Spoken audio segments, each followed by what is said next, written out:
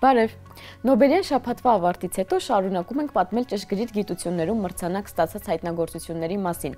Այս տարի ֆիզիկայի բնագավառում Նոբելյան մրցանակին արժանացել են Ջոն Քլարկը, Միշել Դևորեն եւ Ջոն Մարտինիսը միկրոսկոպիկ քվանտային թունելավորման եւ էլեկտրական հոսանքի քվանտավորվող վարքագծի հայտնագործման համար։ Այս զարմանալի արդյունքները հարստացնում են մեր գիտելիքներն այն մասին, որտեղ է ավարտվում քվանտային մեխանիկան եւ սկսվում դասական աշխարհը։ Երբ լսում ենք քվանտային տերմինը, անմիջապես գիտակցության մեջ կառուցում ենք ատոմներ, էլեկտրոններ, կարճ ասած միկրոաշխարհը։ Սակայն պարզվում է քվանտային մեխանիկան կարելի է տեղավորել մարդկային աչքի համար տեսանելի սարքում ու այն կդրսևորի այնպիսի վարքագիծ, կարծես նրա ներսում գործում են քվանտային աշխարհի կանոնները։ Վերջին 30 տարիների ընթացքում Նոբելյան հանձնաժողովը քվանտային մեխանիկայում հայտնագործությունները գնահատել է 7 անգամ։ Քվանտային մեխանիկան ծնվել է ուղիղ 100 տարի առաջ ու չնայած նրա հավասարումների շնորհիվ այսօր ունենք հզոր տեխնոլոգիաներ, լազերներից մինչև միկրոպրոցեսորներ, ամենամեծ հարցերից մեկը շարունակում է մնալ հետևյալը։ Քվանտային վարքագիծը դրսևորվում է բացառապես միկրոսկոպիկ աշխարհում, թե այն նկատելի է նաև մակրոսկոպիկ մակարդակում։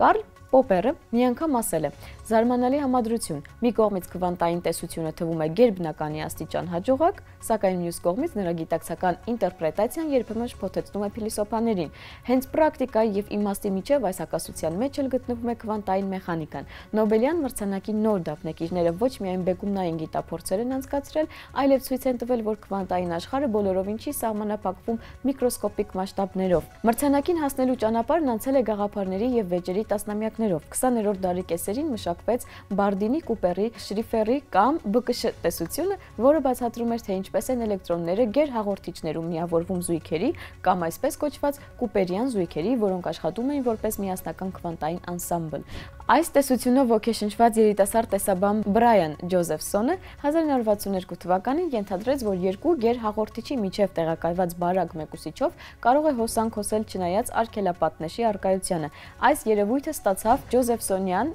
էֆեկտ անվանումը։ Ջոզեֆսոնի կանխատեսումը ընդունեցին մեծ թերահավատությամբ ու ցածր ջերմաստիճաններին նվիրված վեհաժողովի ընթացքում բանավեճ սկսվեց նրա եւ Ջոն Բարդինի միջև, սակայն գիտափորձն արագ ամեն ինչ իր տեղը դրեց։ Ջոզեֆսոնի կանխատեսած էֆեկտն իրական էր։ Այս ժամանակներից ֆիզիկոսները ձգտում էին ցույց տալ, որ քվանտային վարքագիծը չի սահմանափակվում միայն տատանումների փուլի միկրոսկոպիկ շեղումներով, այլ կարող է արտահայտվել նաև մակրոսկոպիկ մեծություններում, օրինակ էլեկտրական շղթայի լարվածության մեջ։ Ու հենց 1984-ից 85 թվականներին Քլարկը, Դևորեն եւ Մարտինիսը ստեղծեցին Ջոզեֆսոնյան կոնտակտներով գիտափորձերի շարք, որոնց անցկացման ընթացքում կարողացան հայտնաբերել տատանումների փուլի քվանտային թափանցումն արգելապատնեշի միջով, այսինքն քվանտային թունելավորումը, ու ինչը ոչ պակաս կարևոր է դիտարկել, թե ինչպես է տատանումների փուլի տարբերությունը կայուն մնում մինչև արգելապատնեշի միջով թափանցելը, ինչպես է անցկացվել գիտափորձը։ Նրանք կառուցել են գերհաղորդիչ շղթա, որում հոսանքն ու տատանումների փուլը կապված են պոտենցիալ էներգիայի արգելապատնեշի միջով։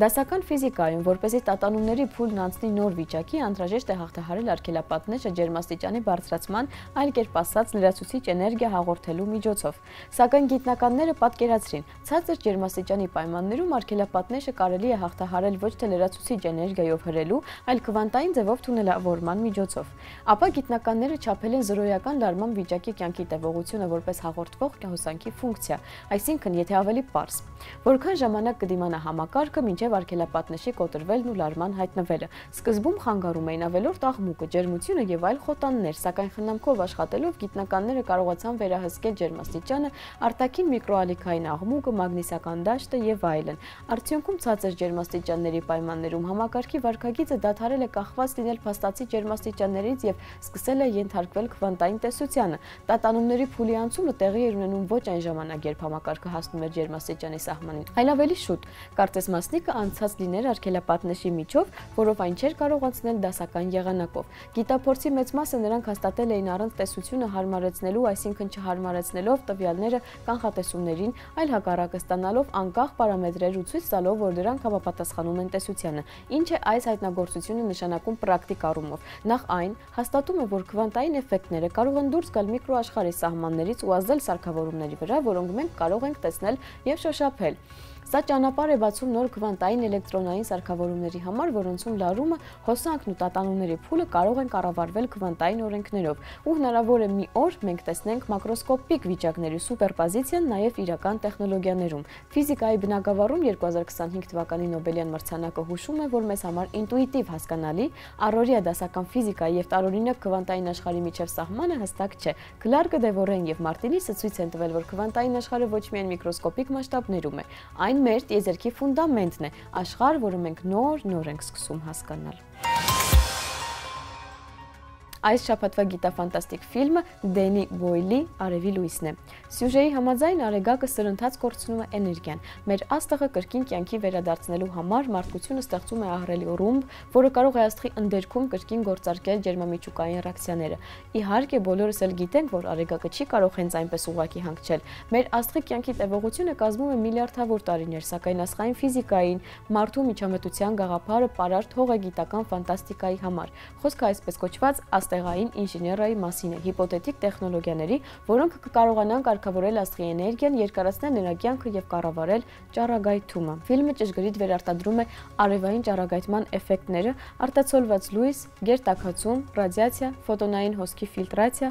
Իկարուս տիեզերանավի ահռելի ոսկյա գմբեթը ոչ թե գեղարվեստական հորինվածք է, այլ ինժեներական առումով հնարավոր կոնստրուկցիա, հիմնված արևային ուղիղ ճառագայթներից հայելային պաշտպանության սկզբունքի վրա։